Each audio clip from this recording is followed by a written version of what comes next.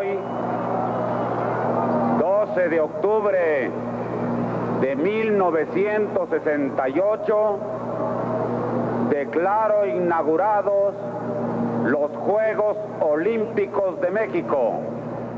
Los Juegos Olímpicos modernos son el evento deportivo interdisciplinario más importante a nivel mundial. Cuenta con más de 200 naciones participantes y son una muestra de lo mejor que puede ofrecer un país en cada categoría contenida dentro del evento, tales como atletismo, esgrima, gimnasia, pentatlón, entre otras. El concepto fue retomado de la antigua Grecia, donde se celebraba un evento de este tipo en la ciudad de Olimpia, de ahí viene su nombre. Hoy, hace 50 años, se inauguraron las Olimpiadas en nuestra nación. El mundo posó los ojos en un país que, a pesar de estar en vías de desarrollo, se convirtió en el anfitrión de las 19ª Olimpiadas. Era algo que no se había visto, puesto que siempre se habían realizado en países de primer mundo. Al ser unas Olimpiadas singulares, pasaron cosas de ese estilo, como cuando el atleta gringo James Hines logró ser la primera persona en tener el registro oficial de correr 100 metros planos en menos de 10 segundos, o cuando Bob Beamon dejó al mundo boquiabierto con un salto de 8.90 metros que hasta la fecha no ha sido superado dentro de las Olimpiadas. También fueron las primeras en las que se realizaron pruebas de dopaje. Incluso se le retiró la medalla de bronce al equipo sueco de pentatlón cuando la prueba de alcohol regresó positiva para uno de sus miembros.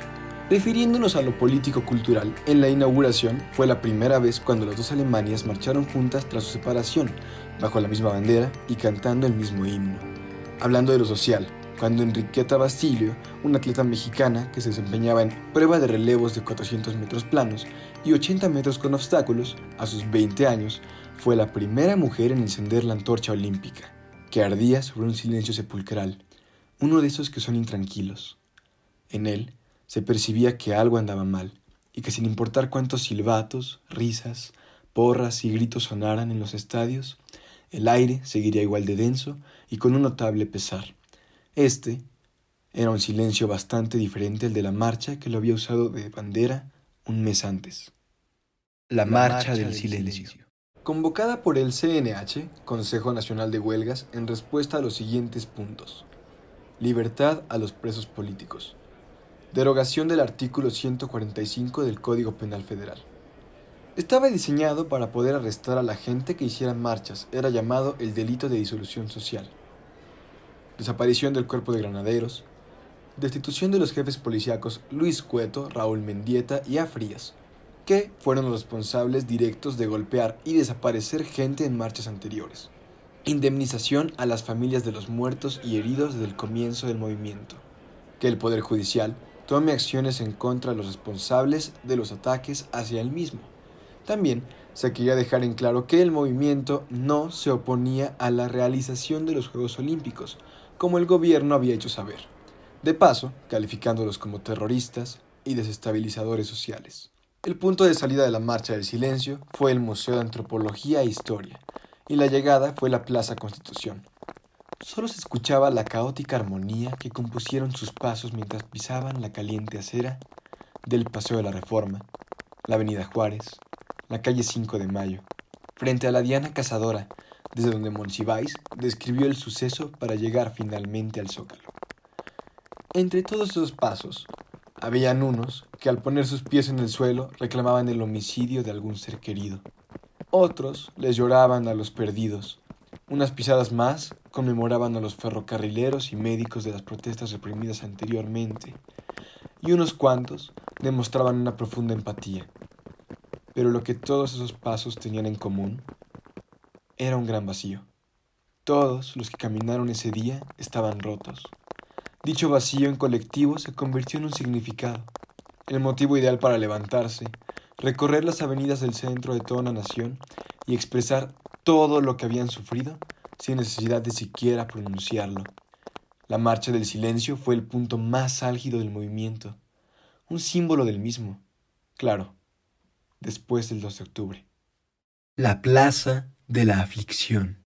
Tlatelolco es un lugar lleno de historia, y por esto me refiero a la Plaza de las Tres Culturas, que es más bien como la Plaza de la Aflicción.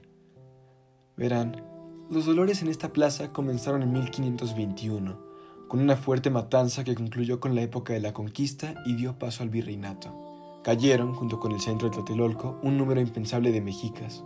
Se estima que esta última pelea dejó aproximadamente 40,000 muertos. Sin embargo, el español López de Gómara afirmó que el número de caídos del bando opuesto casi llegaba a los 100,000, sin contar a los que habían perecido por la hambruna o enfermedad. Pues, el 2 de octubre de 1968, la plaza se volvió a teñir de sangre, líquido vital de estudiantes, chamacos y profesionistas. ¿Qué más se puede decir sobre este día que no se haya dicho ya? Cuando de la nada aparente, una confusión irrumpió en un mitin que acababa de definir que la marcha sería cancelada. Se hizo presente mediante balas que rompían las ventanas de los edificios y el concreto de los pilares. Balas que rompieron huesos, desgarraron piel, atravesaron cráneos y que formaban una orquesta terrible de gritos, sollozos, rezos, disculpas y despedidas que nunca serían recibidas, mientras que vidas se extinguían tan rápido como el vaho en los cristales. Se rumora que el tiroteo duró aproximadamente 1 hora y media. Cuando los balazos se detuvieron, solo el silencio se quedó. Los líderes y sobrevivientes fueron llevados al Palacio Negro de Lecumberri, lugar donde fueron torturados y unos más ejecutados. La plaza fue vaciada de los cadáveres. Unos dicen por ahí que los llevaron al Campo Marte, pero al igual que todo al respecto de este tema, nada está confirmado. Y la sangre fue limpiada en un tiempo criminal. Al amanecer, el silencio había dejado a la plaza, llenando hogares, callejones, aulas, explanadas, sin dejar lugar alguno donde los objetos y ánimas no se quebraran al escucharlo.